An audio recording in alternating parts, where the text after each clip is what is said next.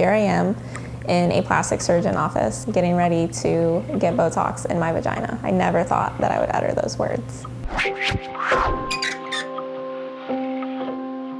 In college, you know, I only tried to have sex 1 or 2 times total. All of those times were very traumatic for me because I chose partners that I thought would be understanding, and I thought that I could make it through, and I thought I could just push through the pain, but I never could, and I never should have tried.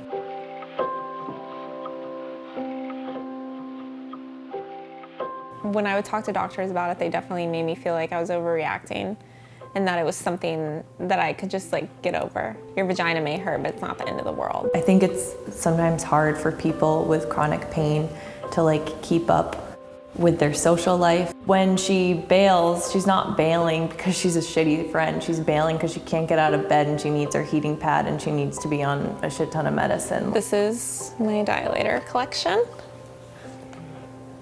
As you can see, 5 sizes. This is what I started with several years ago. Seems insane that this hurts so badly to put in. There's been so many times where she's like, this doctor's the doctor, this therapist is the person. So I hope this is actually the thing. Basically, what I know about the procedure is I'm gonna go to the doctor's office. They're gonna put me under so that my muscles can completely relax, because anytime that I go to any sort of gynecologist or doctor, I'm automatically tense. And then they're going to take some needles filled with Botox and inject them into muscles inside my vagina. Here's my vagina, the walls.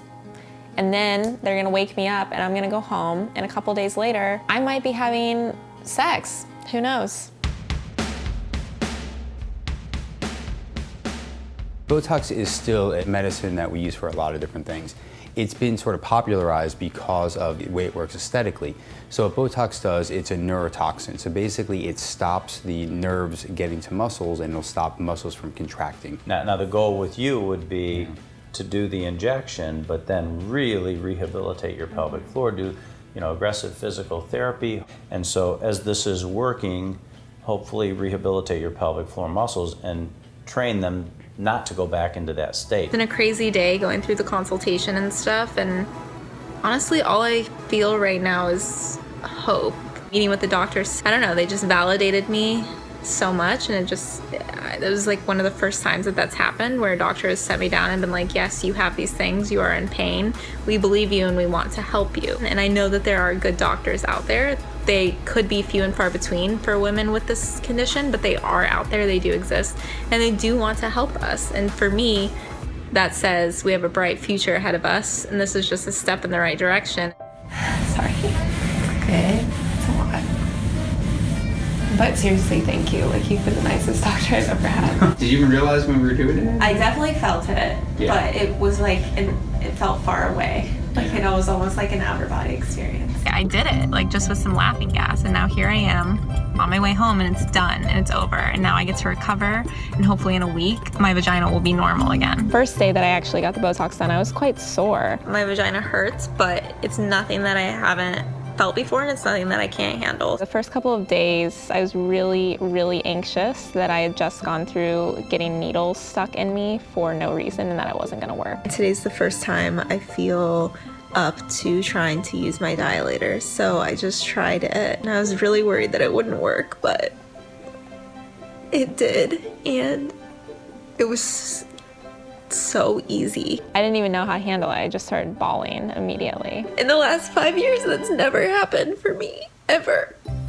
I'm 25 now. It's been 10 years carrying this weight, and then all of a sudden I do one procedure and 80% of it is gone. I just finished with physical therapy, and it was one of the best sessions I've ever had. It was a little painful, as physical therapy is, but she was able to get places that I've probably never been able to have her get to, and I'm really excited to keep going. Kind of surprising that I would go for a gynecological issue to a plastic surgery office, but they did what needed to be done. I cannot express to you how grateful I am that I had these doctors to help me through it, and how glad I am that I actually went through with it.